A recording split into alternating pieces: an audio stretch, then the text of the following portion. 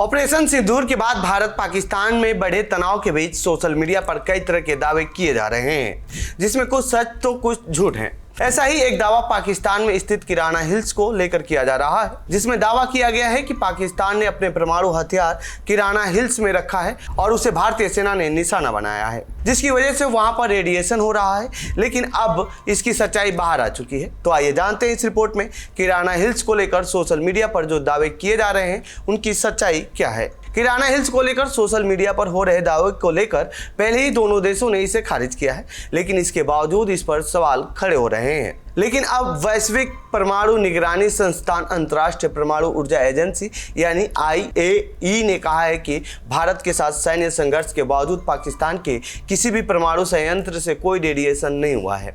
Indian express के एक सवाल के जवाब में वियना स्थित वैश्विक परमाणु निगरानी संस्थान का जवाब भारतीय वायुसेना के पहले दिए गए जवाब से मेल खाता है।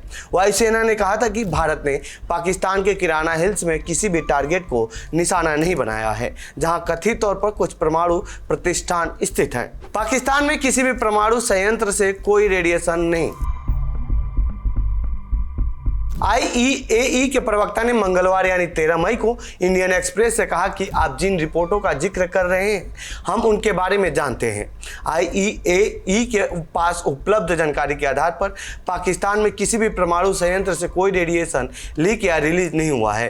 उनसे पूछा गया था कि क्या किसी परमाणु घटना या रिसाव को IAEA के घटना और आपातकालीन केंद्र के जानकारी में लाया गया है। वहीं 13 मई को वाशिंगटन DC में अमेरिकी विदेश विभाग की प्रेस ब्रीफिंग में उप प्रवक्ता थॉमस पिगार्ट से भी इसी विषय पर एक सवाल पूछा गया था।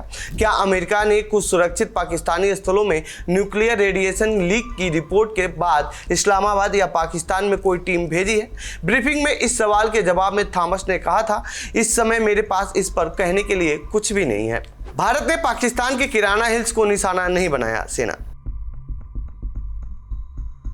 इससे पहले सोमवार को DG air operations air marshal AK Bharti ने कहा था कि भारत ने पाकिस्तान के किराना हिल्स में किसी भी टारगेट को निशाना नहीं बनाया है। प्रेस ब्रीफिंग में एक सवाल के जवाब में एयर मार्शल भारती ने कहा कि हमें यह बताने के लिए धन्यवाद कि किराना हिल्स में कुछ परमाणु संयंत्र हैं, हमें इसके बारे में पता नहीं था। हमने किराना हिल्स पर हमला नहीं किया है।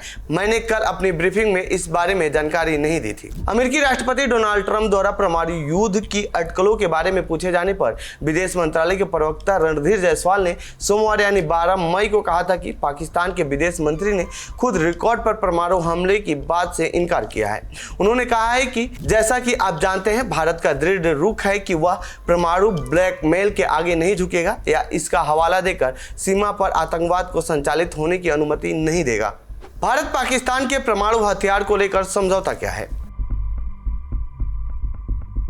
पाकिस्तान के इंटर सर्विसेज पब्लिक रिलेशन यानी ISPR के महानिदेशक लेफ्टिनेंट जनरल अहमद शरीफ चौधरी ने 10 मई को रावलपिंडी में एक मीडिया ब्रीफिंग में बताया था कि भारत ने पाकिस्तान वायुसेना यानी PAF के 3 ठिकानों नूर खान, मुरीद और शोरकोट पर हवाई हमले किए हैं। एक्सप्रेस ट्रिब्यून ने बाद में 14 मई के ISPR के बयान का हवाला देते हुए कहा कि ड्रोन को रावलपिंडी, गुजरात, अटक, गुजरावाला, लाहौर, शेखपुरा, ननकाना, घोटकी और कराची के मिलीर जिले सहित कई पाकिस्तानी शहरों में देखा गया। जैसा कि परंपरा रही है, 1 जनवरी 2025 को भी भारत और पाकिस्तान ने राजनयिक चैनलों के माध्यम से दोनों देशों के बीच परमाणु प्रतिष्ठानों और सुविधाओं के खिलाफ हमले के निषेध पर समझौते के तहत शामिल परमाणु प्रतिष्ठानों और सुविधाओं की सूची का आदान प्रदान किया था।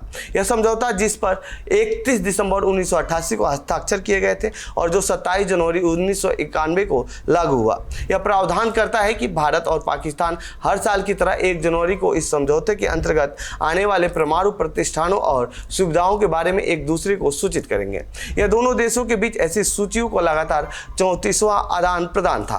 पहला आदान प्रदान 1 जनवरी 1992 को हुआ था। तो ये थी पाकिस्तान के किराना हिल्स हमले से जुड़ी हमारी रिपोर्ट। आपको कैसी लगी ये रिपोर्ट कमेंट बॉक्स में बताएं। साथ ही इस पूरे मामले पर आप क्या कहना चाहते हैं कमेंट बॉक्स में लिखें। बाकी देश दुनिया की खबरों के लिए बने रहिए जनसत्ता के साथ। धन्यवाद।